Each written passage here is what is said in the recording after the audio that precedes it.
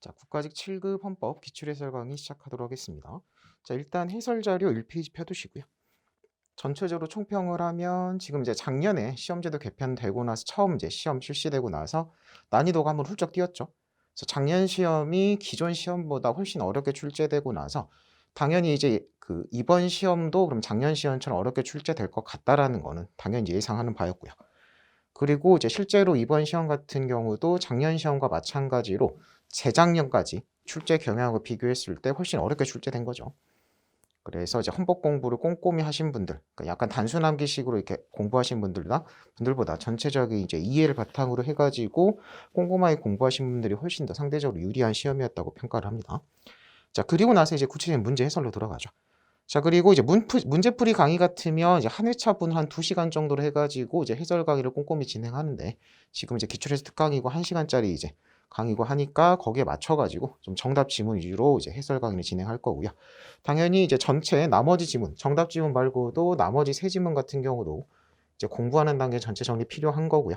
그래서 혼자서도 충분히 나머지 지문까지 꼼꼼히 볼 수 있도록 해설에다가 보시면 정답 지문만 규정이나 판례를 달아놓은 게 아니라 나머지 지문에 대한 해설도 다 꼼꼼하게 달아놓고 중요 부분에 대해서 미줄 표시까지 다 해놨죠. 그래서 혼자서도 충분히 볼 수 있게 해놨으니까 당연히 강의 끝나고 복습 단계에서 강의 때 직접적으로 다루지 않은 나머지 지문까지도 공부는 하셔야 됩니다.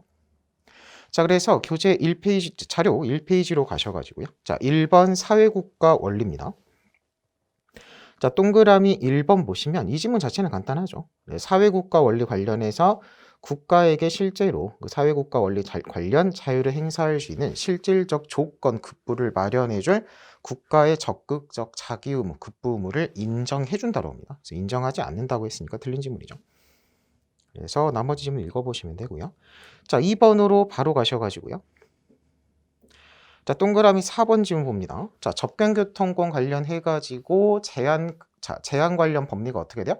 법령에 근거 없는 한 제한 자체가 안 된다고 하고요. 현행법상 접견교통권을 제한하는 법령은 없다고 하죠. 결론적으로 이제 현행법상 제한이 안 되는 거고.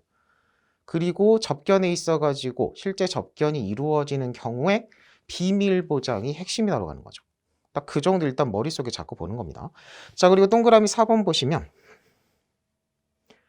자, 자유로운 접견 비밀 보장 어떠한 명분으로도 제한될 수 없다까지 맞죠. 자, 근데 뒷부분 변호인 등과의 접견 자체에 대한 제한 자체도 어떤 질서 유지 등을 고려할 때 가능하다가 팔레트죠. 실제로 어떤 예시를 들어요? 접견하러 간다 그래가지고 새벽 3시에 쳐들어가서 당장 접견하게 해달라 그러면 당연히 아침 9시, 10시에 문 열면 오세요라고 하는 거죠. 그 정도 제한은 가능하다 판례도 있다고 했었습니다. 그래서 동그라미 4번 이제 읽어보시면 정리될 거고요. 자, 그 다음에 3번으로 가셔가지고요. 기본권 주체성이고, 자, 동그라미 1번 보시면.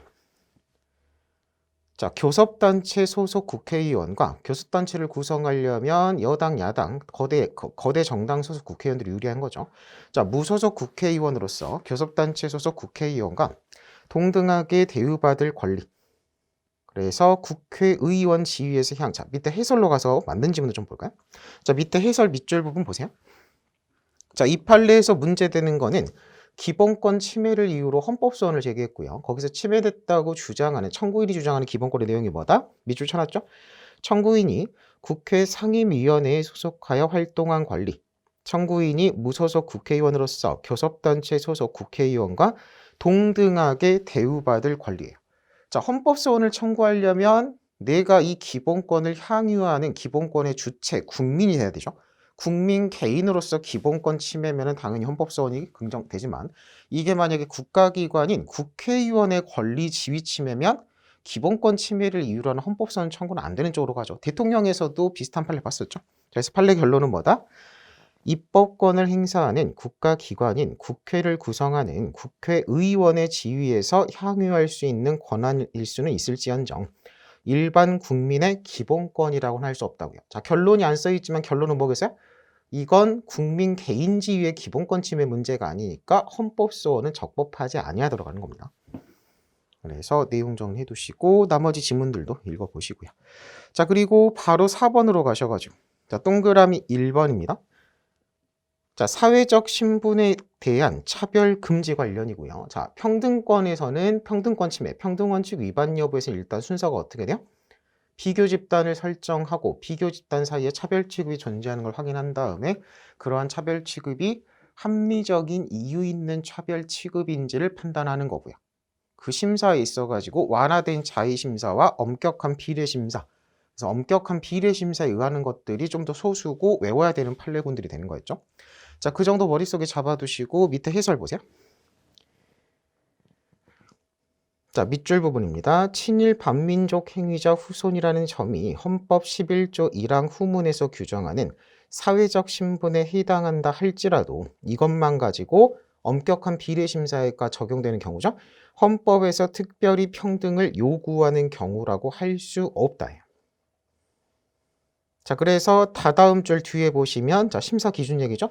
친일 반민족 행위자 후손에 대한 차별은 평등권 침해 여부 심사에 있어서 엄격한 비례 심사, 엄격한 기준을 적용해야 되는 경우라고 볼 수 없다고 합니다. 자, 그리고 제일 마지막 줄이죠. 완화된 기준이 적용되어야 한다요. 헌법에서 특별히 규정해가지고 평등을 요구하거나 기본권의 중대한 침해 같은 게 발생하면 엄격한 심사에 의하지만 우리 사안은 그게 아니다가 판례 결론인 거죠. 그래서 심사 기준 판례 정리해 두시면 됩니다. 자, 다음 5번으로 가셔가지고요. 자, 동그라미 1번 최신 판례죠. 동그라미 2번 읽어보시고, 자, 동그라미 3번은 기존에도 기출됐던 판례죠. 그래서 실제로 뭐 1번, 2번 최신 판례 정리가 약간 약했더라도 동그라미 3번은 기존에 기출됐고 중요 판례로 정리했던 거니까 답 맞추는 데는 그렇게까지 지장 없었던 거고요. 그리고 이제 1, 2, 3, 4번 전부 다 어떤 법리적인 내용을 분석해서 정리하기보다는 개별적인 침해 여부에 대한 판례 결론을 암기하는 그 판례 지문이라고, 그 판례고 지문이라고 생각하시면 되죠. 그래서 맞춰보면서 읽어보시면 정리될 거고요. 자, 6번으로 바로 갑니다. 자, 동그라미 1번이죠. 정당 소속 국회의원을 제명하려면 첫 번째, 당원이 정하는 절차를 거쳐야 되고요. 그 다음에 소속 국회의원 전원의 2분의 1 이상 과반수 찬성이 있어야 된다죠. 그래서 정당법 33조 정리하시면 되고요. 자, 동그라미 4번 한번 보세요. 자, 당비 관련해가지고 정치자금법이죠. 자, 정당, 자, 해설로 가셔가지고 정치자금법 4조 1항이에요. 당원으로부터 당비를 받을 수 있고요. 동그라미 2항입니다. 타인명이나 가명으로 납부할 수 없다. 혹시라도 해버리면 국고 귀속이죠. 자, 그리고 사망으로 갑니다. 국고 귀속 절차 보세요. 자, 국고에 귀속되는 당비는 관할 선관위가 납부받아 국가에 납입하도록 합니다. 그래서 국가 직접 납입은 아니고 관할 선관위를 거쳐가는 거고요. 납부 기한까지 납부하지 아니하면 관할 세무서장한테 위탁해서 세금 체납하면 징수 들어가는 것처럼 관할 세무서장이 국세 체납 처분의 예에 따라서 강제 징수까지도 된다. 그래서 그 절차 관련을 지금 틀리게 낸 지문인 거죠. 자, 7번 헌정사가 되게 쉽게 나왔죠. 그래서 간단하게 주로 이제 헌정사 관련해가지고 중요하게 다뤘던 내용 관련해서 간단하게 나왔으니까 읽어보시면 충분히 정리할 수 있을 겁니다. 자, 그 다음에 8번으로 가셔가지고요. 동그라미 3번 해설로 한번 보세요. 지금 조항 자체가, 심판 대상 조항 자체가 첫 번째 줄에 있는 고용 조항과 두 번째 줄 뒤에 있는 확인 조항으로 나눠가지고 판단하는 거죠. 자, 그리고 끝에서 세 번째 줄 밑줄 부분 보시면 고용 조항, 확인 조항 둘 다 언론의 자유 침해를 인정했고요. 고용조항이 위헌인 이상 기존에 등록된 인터넷 사업자에 대해서 고용조항을 적용하는 부칙조항 역시 경과규정이죠. 그래서 개정법의 소급 적용 여부까지 적용 범위까지 규정하는, 자, 지금 개정된 조항이 위헌인 이상 이거를 소급 적용하니 어디다 적용하니 범위 관련해서 규정하는 것도 당연히 같이 날아갈 수밖에 없죠. 그래서 헌재 태도 자체도 이게 위헌인 이상 부칙조항 역시 따로 검토할 필요도 없이 그냥 같이 위헌으로 무효다라고 판시한 겁니다. 그 정도 결론만 잘 체크해 두시면 돼요. 자, 그 다음에 동그라미 4번도 나름 최신 판례, 중요 판례로 해가지고 잘 읽어보세요. 자, 그 다음에 9번으로 가서요. 자, 9번 같은 경우도 그냥 각각 판례에 따른 결론 정리 정도로 간단하게 체크할 수 있는 게 되는 거고요. 동그라미 2번 보시면 국제항공보안계획 관련해가지고 기본권 침해 부정한 판례죠. 어떻게 보면 이거는 결론도 상식적으로 당연하다고 이해할 수도 있는 판례입니다. 자, 10번으로 가셔가지고요. 동그라미 1번. 약식 절차, 약식 명령이 뭐다? 원래 구공판 일반 공소 제기하면 구두변론 절차 거쳐가지고 재판 진행하지만 약식 명령 청구하면 예외적 서면 심리에 따른 약식 명령 벌금 정도 발령. 그야말로 소송 경제를 위한 절차라고 했었죠. 그리고 여기에 불복할 것 같으면 정식 재판 청구해서 그냥 구두변론에 의한 1심 재판을 다시 해준다고 했습니다. 그 정도 개념은 잡혀 있는 상태에서 이제 읽어야 되는 거죠. 자, 그래서 약식에 대한 불복이에요. 벌금 등의 약식 명령 유죄 판결에 대응하는 거죠. 발령 고지되면 송달 고지받은 날로부터 7일 내에 정식 재판 청구하면 그냥 구두변론 1심 재판 일반 재판을 다시 해주는 거였습니다. 자, 근데 여기서 문제된 건 7일이 너무 지나치게 짧은 거 아니냐인데, 근데 결론 자체는 자, 합헌으로 가는 거죠. 그래서 침해하지 않는다로 갔었습니다. 그래서 결론 자체는 간단한데 이제 절차에 대한 이해가 필요하고 이런 것들 좀 설명했던 거죠. 자, 다음에 11번으로 가셔가지고요. 자, 동그라미 4번 보세요. 이거는 좀 사회적으로도 이슈가 됐고 최신 판례기도 하죠. 그래서 개성공단 운영 전면 중단 조치 관련이에요. 고도의 정치적 결단을 요하는 통치행위에는 해당하고요. 통치행위에 대한 예외적 사법적 심사 가능성 쟁점에 대한 판례 태도인 거죠. 예외적으로 될 수 있다고 가는 겁니다. 자, 그래서 4번 해설 부분 보시면 개성공단 전면 중단 조치가 고도의 정치적 결단을 요하는 문제이긴 하나 조치 결과 개성공단 투자기업인 청구인들에게 기본권 제한이 발생했고 어쩌고 행위라 하더라도 본연의 임무이므로 헌법소원 심판 대상이 예외적으로나마 될 수 있다가 판례 태도예요. 그래서 개성공단 이 사안 말고도 그냥 일반 통치구조에 대한 사법심사 가능성 가지고도 충분히 풀 수 있는 케이스였습니다. 자, 그 다음에 12번으로 가셔가지고요. 동그라미 1번. 행정입법. 자, 밑에 해설로 가셔가지고요. 행정입법 자체가 위법으로 되어 그에 대한 법적 통제를 하기 위해서는 첫 번째 요건이죠. 일단 법적인 자기 의무가 있어야 되고 상당 기간 불구하고 행사되지 부작위 자기에 나아가지 아니한 사정이 있어야 된답니다. 뭐 표현 자체는 좀 생소할 수 있어도 이 내용 자체는 일반적으로 정리되는 부작위에 대한 사법심사 가능성 요건인 거죠. 그리고 나머지 지문들은 읽어보시면 되고, 자, 동그라미 4번 한번 보세요. 자, 대법원의 규칙 제정권 있죠. 헌법 108조 관련해서 자, 동그라미 4번의 밑줄 부분 보세요. 대법원 역시 입법권의 위임을 받아 규칙 제정할 수 있고요. 그때 두 줄 이런 규칙인 경우에도 당연히 뭐다 수권법률에서 원칙 준수해야 함은 마찬가지다. 그래서 포괄 위임 금지 원칙은 어디든 들어간다 기본으로 갑니다. 자, 그 다음에 13번으로 가셔가지고요. 자, 동그라미 1번 그냥 국회법 전문 관련해서 그대로 나온 거죠. 이 정도는 바로 틀린 질문 체크할 수 있었을 거고요. 자, 동그라미 2번 아까 앞에서 정리했던 거죠. 국민 개인 지위냐 국가기관 국회의원 지위냐예요. 그런 거 구별해가지고 보셨으면 됐을 겁니다. 나머지들은 판례 읽어보시면 되고요.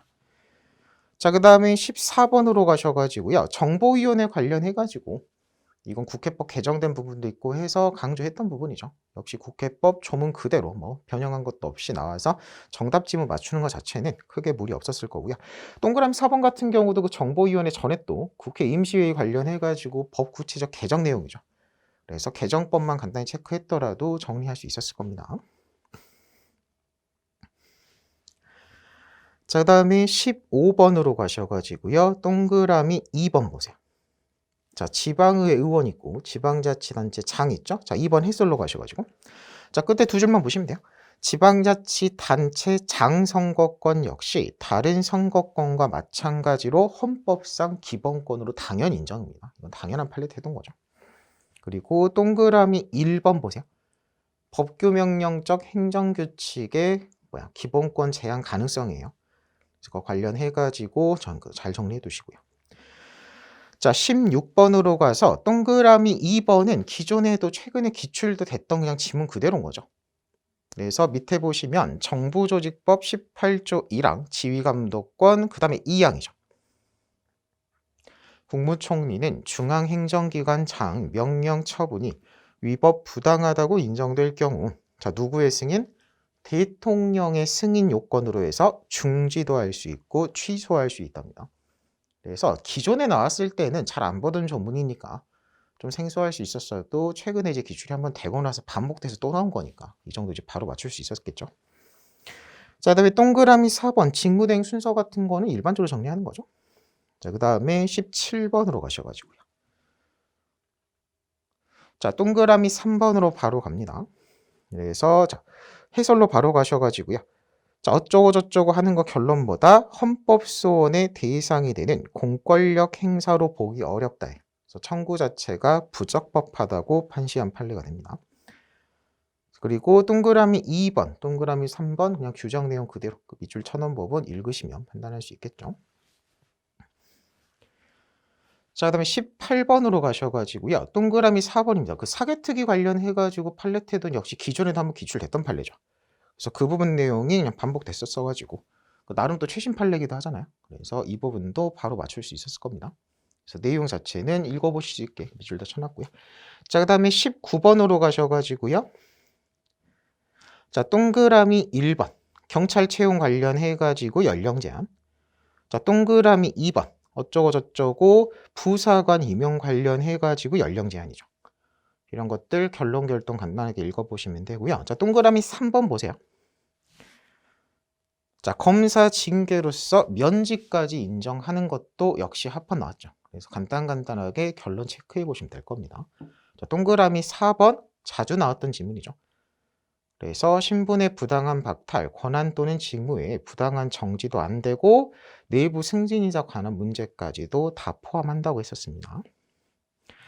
자, 20번으로 가셔가지고요. 예산 관련 동그라미 1번 예산결산 특별위원회 조문 내용 그대로고요. 자, 동그라미 2번 헌법에서 예산 짜는 절차 관련이죠. 시간 순서대로 중간중간에 날짜 제한 같은 거 다 정리했었습니다. 동그라미 3번 조문 내용 그대로고요. 동그라미 4번도 헌법 54조 2항이죠. 그래서 밑에 해설에 있는 총 밑줄 부분 참고하시면 되고요. 자, 21번으로 가셔가지고 사법권입니다. 자, 동그라미 1번. 자, 이런 처벌하는 포인트는 뭐야? 법정형이 지나치게 세냐죠. 역시 이것도 그냥 결론 단순 암기로 접근하셔야 돼요. 그래서 책임과 형벌 사이 비례 원칙 위반되어 헌법에 위반된다고 볼 수 없다. 합헌 나온 사안인 거죠. 그래서 결론 봐두시고요. 동그라미 2번 같은 경우도 잘 봐주세요. 요새 이제 성범죄 관련해가지고 얘기가 많이 나오니까. 자, 그리고 동그라미 3번 불이익 변경 금지 원칙 개념 잡았죠? 상소한 사건 원심보다 중한형 선고 안 되고 똑같이 약식에 대한 정식 재판도 마찬가지였습니다. 그래서 이제 형소법 공부하시는 분들이 있으면 그 약식에 대한 정식을 형정상향으로 개정된 부분이 있는데 헌법에서는 거기까지는 아직 신경 안 쓰셔도 돼요.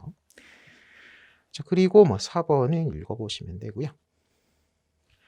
자, 그 다음에 22번에 동그라미 1번 가처분 관련해서 딱 이거 하나 정리하는 거죠. 조문에서 2개 규정하는 것보다 정당해산 권한쟁의에 대한 가처분만 헌법재판소법 명문 규정하고 있고요. 나머지는 규정 없어서 문제된다 했어요.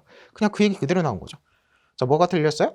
헌법소원 심판에 대해서는 명문 규정 없습니다. 그냥 그 부분만 판단하시면 됐죠. 이론적인 견해들이까지 나가지도 않았어요. 자, 동그라미 2번입니다. 기피 신청의 시기 관련이죠. 언제까지 변론기일에 출석해서 본안 진술까지 해버리면 안 된다고 하죠. 그래서 헌재법 24조 3항 규정이고요. 자, 동그라미 3번 구두변론 서면심리 원칙 예외 역시 조문 내용 그대로인 거죠. 동그라미 4번 국선 관련해가지고 선임될 때까지 신청기간 불산입해서 실질적인 권리 보장 해주는 거였죠. 그래서 다 헌법재판소법 조문 정리로 접근하시면 됩니다. 자, 그 다음에 23번으로 가셔가지고요. 자, 동그라미 1번, 동그라미 2번 조문 내용 그대로고, 자, 동그라미 3번 직무대행 관련은 선관위만 정리하는 게 아니라 각각 기관까지 막 비교해가지고 정리하잖아요. 그래서 그 맞춰서 조문 정리해 두시면 되고요. 동그라미 4번은 판례 결론 정도 간단히 체크해 두시면 되고요. 자, 동그라미 4번 판례 같은 경우도 계속 반복돼서 나올 수 있는 중요 판례니까 결론 체크 잘 해두시고, 포인트는 영장주의가 적용되는 수사기관의 강제처분 쪽의 성격으로 볼 거냐 말 거냐예요. 그래서 결론 체크해서 영장주의 적용되지 않는다고 합니다. 적용이 안 되니까 어떻게 돼요? 법관이 발부한 영장 없이 요구하고 하는 것들 얼마든지 가능하다, 적법하다고 하는 거겠죠. 자, 그 다음에 24번 동그라미 1번 결론 체크해 두시고요. 자, 동그라미 2번 법률의 개폐는 뭐다? 헌법소원 대상이 될 수 없다로 가는 거죠. 국회 입법부의 입법 권한으로 가는 겁니다.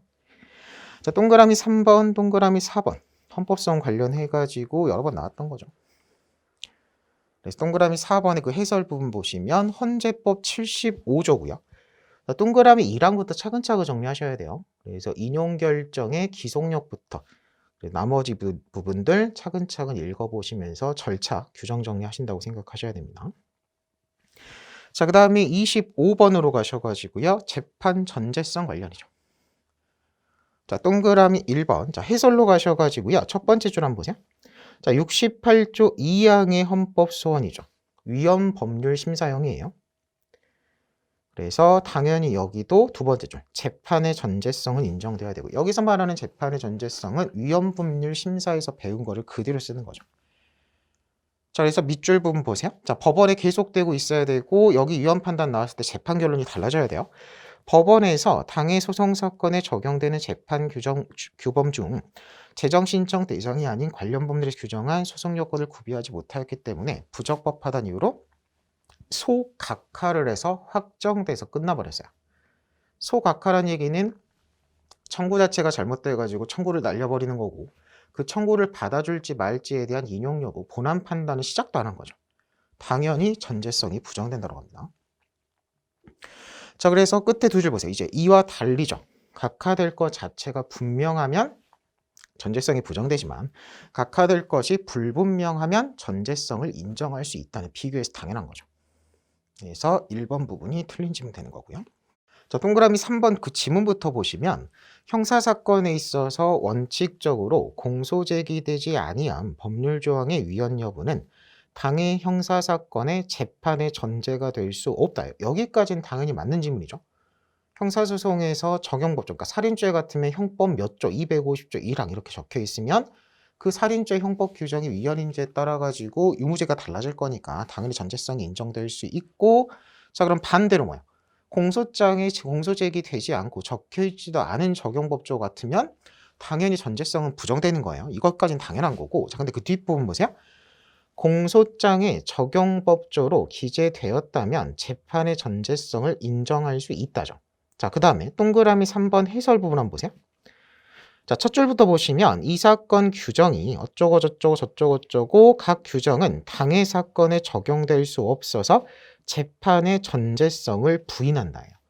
그러니까 공소장에 써 있다 하더라도 실제 재판 결과에 영향을 미칠 여지가 없는 규정이면 전제성을 부정할 여지가 있다라고 써 있는 거예요. 그게 이제 실제 사안에 적용해 써 있는 것뿐이죠. 자, 그다음 밑줄 부분 보시면 아직 법원에 의하여 해석이 확립된 바 없어서 적용 여부 자체가 불명인 상태에서 검사가 주장해서 적시했고, 법원도 이거 자체가 이제 애매해서 판단까지 나아간 거죠.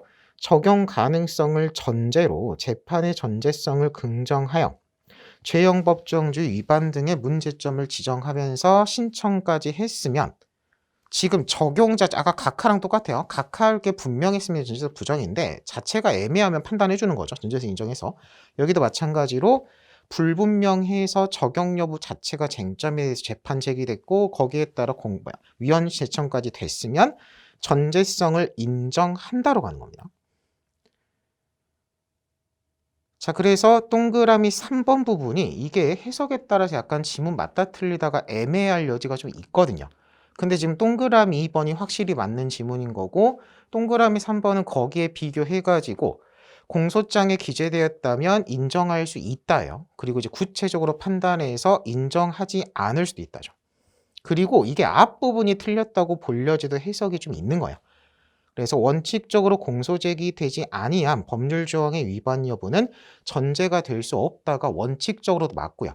그 다음에 공소장의 적용법조로 기재되었다면 재판의 전제성을 인정할 수 있다도 맞다고 볼 여지는 있습니다. 근데 구체적인 판단에 따라서 판단 검토의 대상이 된다고 해서 3번 지문이 상대적으로 틀린 거고 2번 지문이 맞는 지문으로 보는 거예요. 그래서 25번의 동그라미 3번 지문은 약간 좀 애매한 부분이 있긴 한데 그냥 정답대로 가는 게 맞는 것 같습니다. 자, 그래서 여기까지 하면 이제 전체 문제 다 봤고요. 자, 지금 짧은 시간 동안 정답 지문으로 빨리빨리 본 거죠. 그럼 당연히 이제 이번 시험 잘 보시고 이제 붙으신 분들 같은 경우는 그냥 잘 봤거나 확인만 하고 넘어가는 거지만, 다음 시험 공부를 위해서 보시는 분들 같은 경우는 지금 본 것만 본 게 아니라 나머지 지문 같은 경우도 차근차근 당연히 정리하셔야 되는 거예요. 그래서 이번 특강 이제 해설 강의는 여기까지 하고요. 이제 시험 보시고 이제 붙으신 분들 이제 공부하시고 시험 보시느라 고생 많으셨고요. 이제 다음 시험 이제 준비해서 붙으실 분들은 차근차근 공부해가지고 좋은 결과 있으시길 바라면서 마무리하도록 하겠습니다. 수고하셨습니다.